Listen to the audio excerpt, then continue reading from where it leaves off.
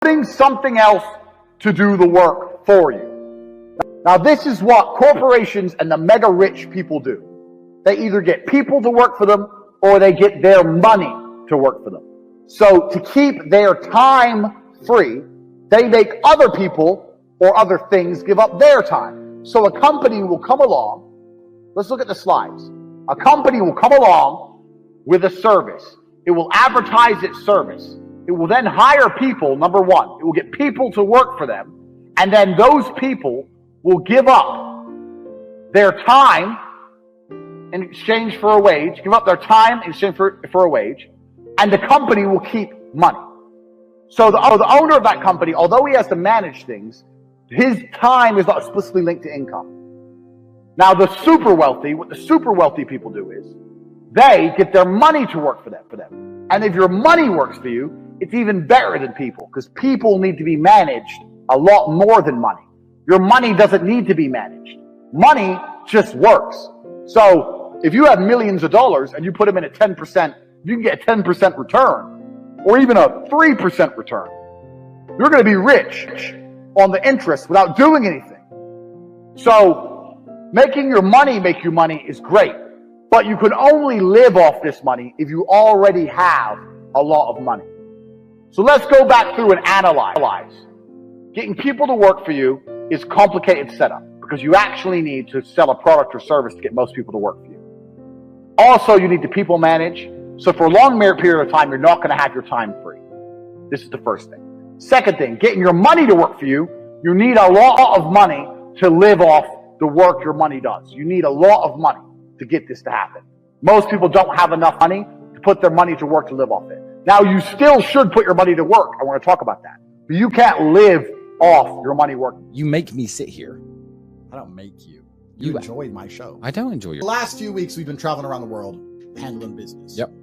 And the reason we've been doing that is because, and I'm saying this very seriously, I genuinely believe that the hole in the matrix, which has existed for the last 2 years, is being repaired.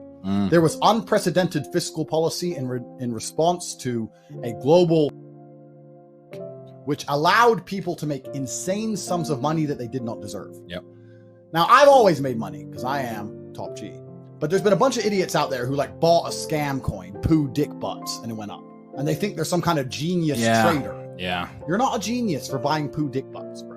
I think it's dick poo butts, actually. Whatever the coin is. The point is you could have bought any coin and it went up. Yeah. Anything. Didn't make you that smart. It didn't make you smart. Stocks only went up, crypto only went up, and all that's coming to an end because the universe must repair. I put a video on this channel, Tate Speech. The Fed wants you back at work. Watch that if you haven't watched it yet, because it's completely true. They do. They are going to make inflation go through the roof. They're going to bankrupt as many people as possible because they need you back flipping the burgers. That's their intention. They don't like this stocks only go up, crypto only goes up, no one has to work. Making money from home. Making money from all that has to end, right? So it's about to become hard mode. So we've been traveling the world preparing for hard mode because when hard mode comes, if you want to make a lot of money, you always do it the same way. You do it via your network. So we've been spending a lot of time networking with War Room members and senior HU2 members, making sure that we retain the ability to teach people how to make money. Guys, if you're sitting here right now and you're praying for the Bitcoin price to go up, you're basically praying to win the lottery. Yeah, you fucked up. Praying for a number to go up that you don't control is like praying to win the lottery. You need to have some self-control and some influence over your income. You need to be able to make money. More money coming in, and you could put that money into Bitcoin and hope the money goes up later, but your daily income, your weekly income, your monthly income has to be increasing. A jump in the Bitcoin price is not increased income. The number of Bitcoin you have is still the fucking same. Completely. And when you talk about crypto and like free money that everyone didn't deserve, no one believed in, look at Luna. Luna came and wrecked everybody. He's out here who are hoping for crypto to go up. That's not the way to do it. You need to make money now, and making money now when the prices are low is when you'll build your next fortune. So it's very important, more than even during the days when it was going up to the moon. Now is your chance to get some money, invest correctly, follow what we teach in Hustles University, and you can become rich. In 2 or 3 years, when the cycle starts again, you can become extremely rich. I first made my millions of dollars. The first time I ever became a millionaire was with Webcam Studio. Oh, really? I didn't know that. Yeah, this is how I first ever made money. I mean, I was a kickboxing world champion, but kickboxing's not boxing, right? Yeah. So I'd make like $100,000 a fight. You fight 2 or 3 times a year. You pay 20% to your manager. You pay taxes, but you're not rich. So you get like 30 to 40% of the money. Yeah, and I didn't consider myself rich. Like 30, 40 grand chunks, twice a year, maybe 3 times a year. Living in London rents, need a car. You're trying, like you're not rich in any way. And that's actually the reason I retired, because I woke up one day and I thought, I'm giving 6 hours a day of absolute focus and energy to this.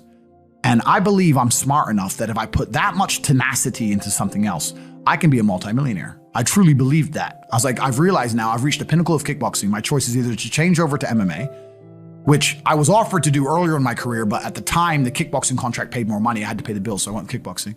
Change over to MMA, learn to wrestle, change over to UFC, blah, blah, blah. But this is also like 7, 8 years ago, where even the UFC didn't pay the money it pays now. But the UFC still doesn't pay that much money from what I understand. No, if you're like top 5 or champion, yeah. But most of the dudes you're going to see there in the prelims, they're getting 10 grand a fight, 9 grand a fight. It's nothing, right? So it'd be like starting my career all over again. And at the age of 28, I thought, I don't have the gumption to start again. I've been through hell for this. I've broken my hand 8 times. My ribs have been broken. I don't want to do this all over again. So what do you do when you realize that, hey, maybe I don't want to keep fighting? I decided to get rich. What does that mean to you? When you're sitting there, you're getting, $30,000, $40,000 kind of net on a per fight basis. Is rich to you like, hey, I want a couple $100,000, $1 million, $20 million, $1 billion? I wanted 30 or 40,000 every month. 30 or 40,000 every month, so about $500,000 a year, give or take. Okay. I thought if I had that much money, I could do whatever I wanted. Okay. That's what I decided. So what's step 1 that you do? So step 1 is, maybe that's how we ended up here together, my friend. Step 1 is, decided to be very logical about it. Chess player, right? So it's like, I want money. What is money? How do banks work? How does credit work? What's fractional reserve banking? All these things we now know to be the biggest cons of the century, right? So I'm sitting there researching money for days and days and days.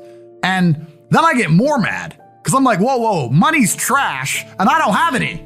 Now I'm really annoyed, right? I thought like everyone else did that, everyone puts their money in the bank and the bank takes some of other people's money and lends it out. I didn't know they invented it from the sky. I still at that point thought money was linked to gold. I didn't know nothing. So I'm learning all this stuff and I'm getting really angry. I'm like, now this is really annoying me. So anyway, I had a piece of paper there and I'm in my research phase and it start writing down some dude on YouTube. I don't know who he was, some dork. He was a pro gold guy. This is before, Bitcoin was probably around then, but like early. He was a pro gold guy saying buy gold, buy gold, buy gold. And he was saying the difference between an asset, a liability, et cetera, et cetera. So I started trying to write down what I had. I was like, I have an apartment, I have a BMW. I'm in good shape, but I already use that for fighting. What can I do? I can play chess. I'm just writing down the things I have and what I'm good at. And then I kind of realized, I was like, I've got like 8 girlfriends.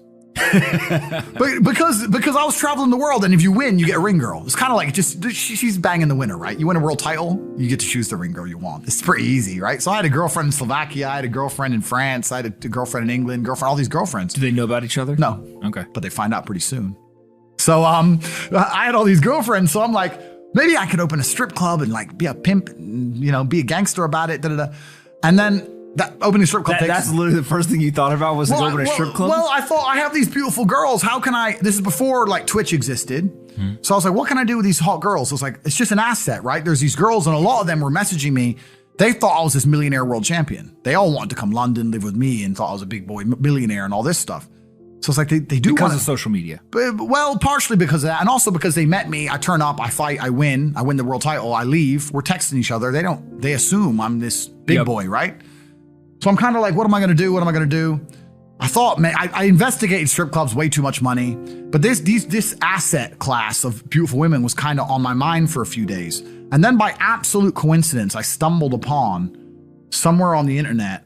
I was on one of those websites where you used to download like free games and bullshit from. And in the corner somewhere it said, hot girls want to talk to you now or something. I said, hot girls. So I clicked on that, not because I was interested, but because I thought I have hot girls. And it was one of those webcam websites. And I was like, so these girls sit here and talk to dudes for money. So I'm going to get my girls to and they're naked. They're just talking. How does it work? It's 50-50. I mean, it depends on the girl, depends what she wants to do. But the majority of the job is not based around being naked. The majority of the job is based around being entertaining and being easy to talk to. And the guys who are talking to you need to find you, that you need to remember their name, remember their dog's name. You have to be smart. You can't just be a girl and be a bimbo and be naked and make money. You have to be really smart, charming, interesting, happy all the time, positive. Mm-hmm. And I thought, I'm going to try this. So I messaged all 5 of my girlfriends, told them I had a job for them, explained to them what I was going to do. I was going to launch this company. 4 of them agreed. All 4 flew in, sat them around the same table. They were all like, who's she, who's she, who's she? I'm like, well, you're all my girlfriends. 2 more left. And then 2 stayed. And that was the beginning of my little attempt at a webcam empire. And I put the girls there. And my role in it all was I did all the tech side of stuff, which is the first thing, of course. And then also, and I get called a pimp a lot. But and the reason I use the term is because I don't see it as a negative term. I see it as positively inspirational and motivating person. I'd motivate the girls. I'd make sure they did their job properly. If they had a bad day online, I'd come up with a good excuse for them. Oh, it's been a football game. It's been really busy. Don't worry. You're so beautiful. Don't be upset. You did better than her. You did the best today. I keep everything organized, put the schedules together, all that kind of stuff. And is it hard? It's hard because women have to want to work for you. Okay. Women have to want to obey you. That's what's hard. And you don't do that. This is one of the biggest misconceptions. I really want to clear this up. People in the movies and stuff, pimps are like aggressive, mean men. Complete opposite. Pimps are more like James Bond. James Bond's a pimp. He sleeps with a girl to get information. He doesn't care about her. He is absolutely and utterly a pimp. He doesn't hit her. He makes her love him. She does what he wants. He uses sex as a weapon to reward her, and then he disappears. That James Bond is absolutely and utterly a pimp. So I say pimp because everyone calls me a pimp online, tries to go, haha, you're a pimp, like I'm gonna get offended. It's like, no, beautiful women wanted to work for me, and they wanted to work for me because I displayed supreme competence. And they knew if they worked for me, they'd make a lot of money. So whenever I was out, I'd meet a waitress and say, well, you're working 10 hours a day for pennies. You can work 10 hours a day for me, make 10 grand a month, 20 grand a month.